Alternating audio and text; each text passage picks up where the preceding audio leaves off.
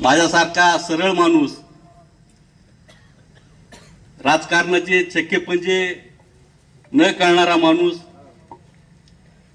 ज्यावेळेस तुमच्या सर्वांच्या आशीर्वादावर, तुमच्या प्रेमाखातीर किंवा माझ्या कामाच्या जोरावर मला या राजकारणात किंमत मिळते ह्याची मला जाणीव आहे. ही कैलास पाटील म्हणजे गोड बोल्या माणूस. फक्त गोड बोलवायचं, गाडीत पुढच्या सीटावर बसवायचं, गावात फिरवायचं आणि जागेवर आणून सोडायचं. माझ्या असंख्य कार्यकर्ते, माझ्यावर प्रेम करणारी जनता बोटावर मोजणे इतकी नाही, हजारो मध्ये. त्यांना कुठलंही कधी विचारलं नाही की कापसे तुमचे कार्यकर्ते, तुम्हाला कुठल्या कार्यकर्त्याला काही द्यायचं असेल तर सांगा. पण मी स्वाभिमानी आहे. ज्या नगरपालिकेत 17.5 वर्षी एकमुखी कारभार केला तिथे एकही टक्का न खाणारा ही शिवाजी कापसे. करोडो रुपये, त्याला 5 कोटीचा फंड जर वर्षाला मिळत असेल तर त्या नगरपालिकेमध्ये 100 कोटी वर्षाला त्या नगरपालिकेत फंड येत असताना सुद्धा कधी मी पैशाची अपेक्षा केली नाही. असा हा व्यक्ती त्या आमदाराला कधी फंड मागेल असं तुम्हाला वाटणार नाही याची मला खात्री आहे. पण ज्यावेळेस मला कृषी उत्पन्न बाजार समितीच्या सभेमध्ये माझं नाव घेण्याचं दोघांनी टाळलं आणि खालून पब्लिक शिवाजी कापसेचं नाव घ्या म्हणत असताना सुद्धा ओमराजे म्हणला की नावात काय असतंय. तर येणाऱ्या 20 तारखेला तुला सांगून देतो की 20 तारखेला ह्या नावामध्ये काय आहे. तिथून माझ्या लक्षात आलं की ही नक्कीच आपल्याला ह्या राजकारणामधून संपविण्याचं काम यांचं चालू आहे.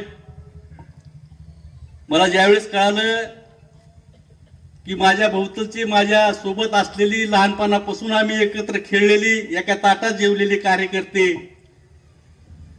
ज्यावेळेस माझ्यावर अन्याय झाला त्यावेळेस कुणीही आवाज न उठविला किंवा फेसबुकवर कुठली पोस्ट न टाकता ज्यावेळेस ह्या गोडबोले आमदाराचं कौतुक करायला लागले त्यावेळेस ओळखीलं की कापसे सावध हो, उद्या नगरपालिका आहे, तुला नगरपालिकेत तुझे पक्क छाटण्याचं काम पद्धतशीरपणे चालू आहे. आता योगायोगान बघा, नगरपालिका अगोदर लागायची होती पण ते देवाला मान्य झालं नाही. आमदारकीचं इलेक्शन अगोदर झालं आणि नंतर आता नगरपालिका लागणार आहे. अजितदादा, काळजी करण्याचं काही कारण नाही. ह्या मतदारसंघाला स्थानिकचा आमदार हवा होता.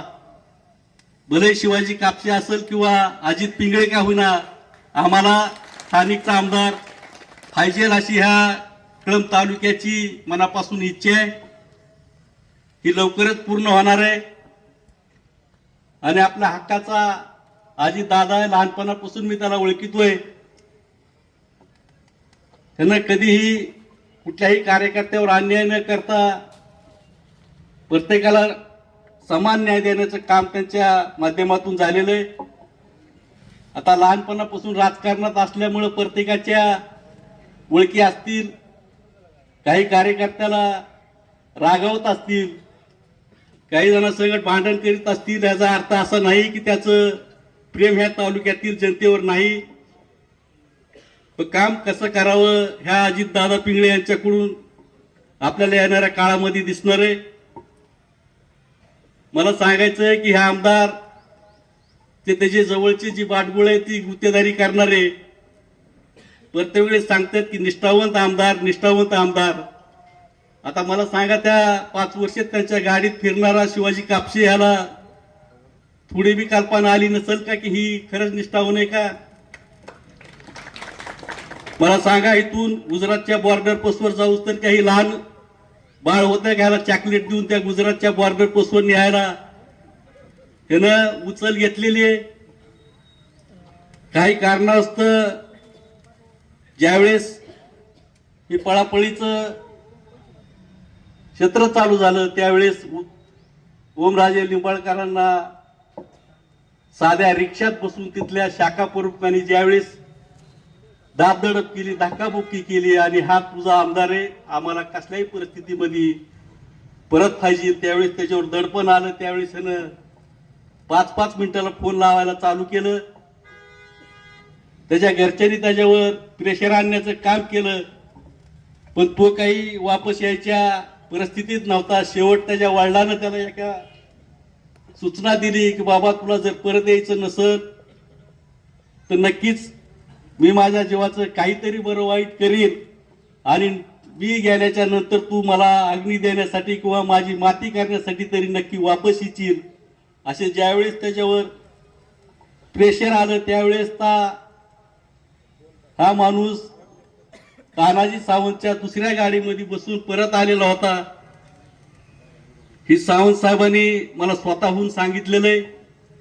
असं काही रचलं की मी गाडीतून उतरलो, पायात चप्पल नव्हती, पाऊस पडत होता, पायात काटं मुरली, ट्रकवाल्याला हात केला, बरेच काहीतरी नाट्य अशा प्रकारे रंगविलं आणि परत आले. आणि त्याला आता निष्ठावंत आमदार म्हणून तुमच्या पुढे त्याचं कौतुक करताना त्यांचेच कार्यकर्ते तुम्हाला दिसतात.